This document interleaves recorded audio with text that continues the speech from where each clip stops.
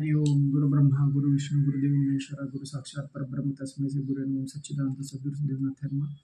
बऱ्याचशा लोकांना माहिती हवी असते की नक्की कुंडली कशी बघितली जाते, जातकाने कुंडली कशी पाहावी आणि त्याच्याबद्दलचा अभ्यासक्रम विविध ठिकाणी दिले जातात.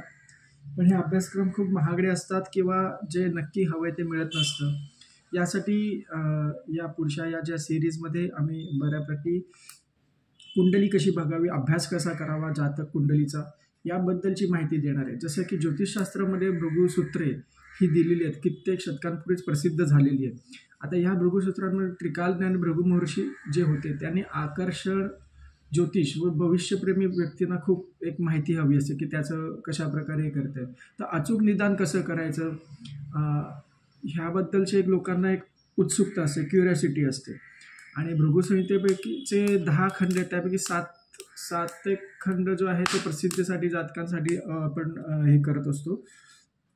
तो खंड तुम्हाला माहिती त्यातनं मिळतं. पंचांग काय, तिथी काय, वार काय, नक्षत्र योग, करण काय, विविध कला कशा प्रकारच्या असतात, त्यानंतर तुमचं करण कुंडलीमधल्या 12 राशी कुठल्या, 12 राशींसोबत 12 स्थाने, 9 ग्रह यांचा मानवी जीवनावर आणि आपल्या संपूर्ण परिवारावर म्हणा किंवा पृथ्वी तलावर वेगवेगळ्या ठिकाणी वेगवेगळ्या प्रकारे कुठलेही क्षेत्र असो, म्हणजे व्यक्तिगत आयुष्य असो, सामाजिक आयुष्य असो, राजकीय आयुष्य असो, आर्थिक प्रकार असो, शेअर मार्केटपासून सगळ्या गोष्टींना ह्याचा कसा प्रभाव पडतो याबद्दलची पूर्ण माहिती कालसुसंगत कालगणनेनुसार याच्यामध्ये तुम्हाला जातकाच्या कुंडलीचा अभ्यास करताना मिळू शकतं.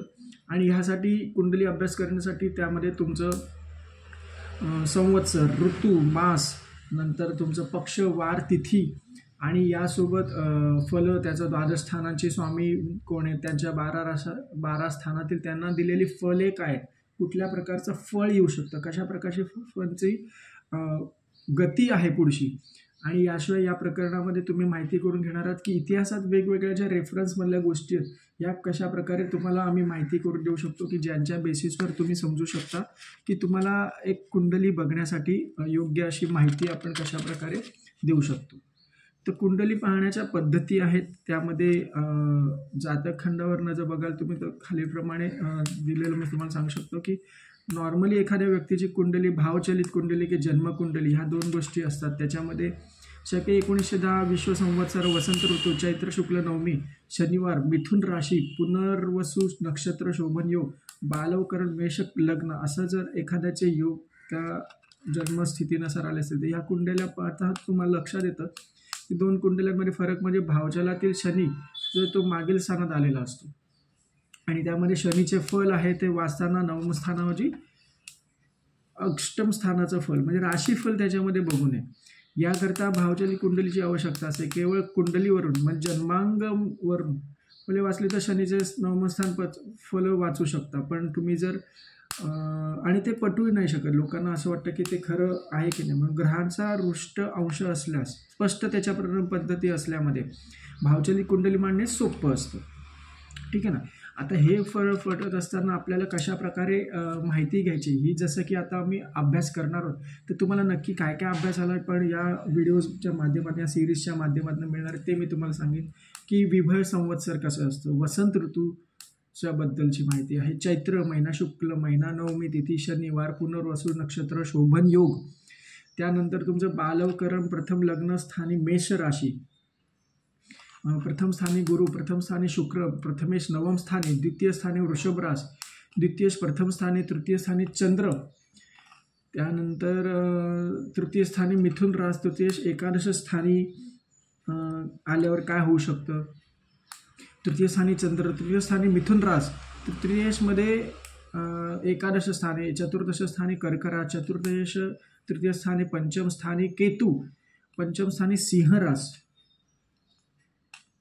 आणि सगळ्यांनाच खूप त्याबद्दल उत्सुकता असे, असं म्हणजे षष्ठ स्थानी कन्या राशीमध्ये असेल तर काय काय परिणाम असतात, त्याच्या परिस्थितीमध्ये काय बदल घडू शकतो ते आहे.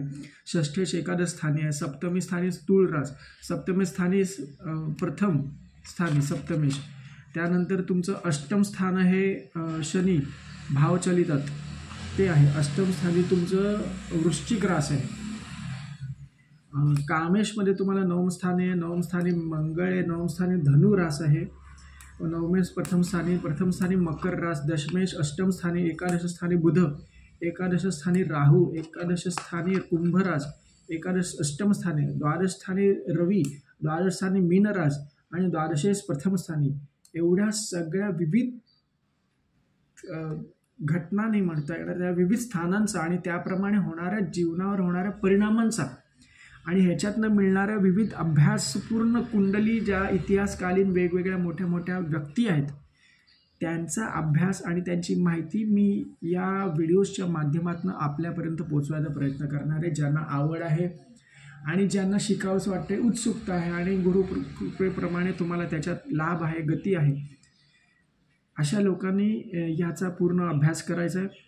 त्यानंतर कुंडलीत घेतलेले काही शुभाशुभ योग ज्याला आपण म्हणतो ते तुम्हाला इकडे सांगते. जसं रवी अशुभ योग आहे, रवी शनी अशुभ योग आहे, तसे अशुभ योग पण असतात की चंद्रमंगळ अशुभ योग असतो, चंद्र बुध शुभ योग असतो, चंद्र शुक्र शुभ योग आहे, मंगळसूत्र शुभ योग आहे, बुध राहू युती योग आहे आणि गुरु राशी शुभ योग आहे. या सगळ्याची माहिती आपण याच्यात करणार आहोत.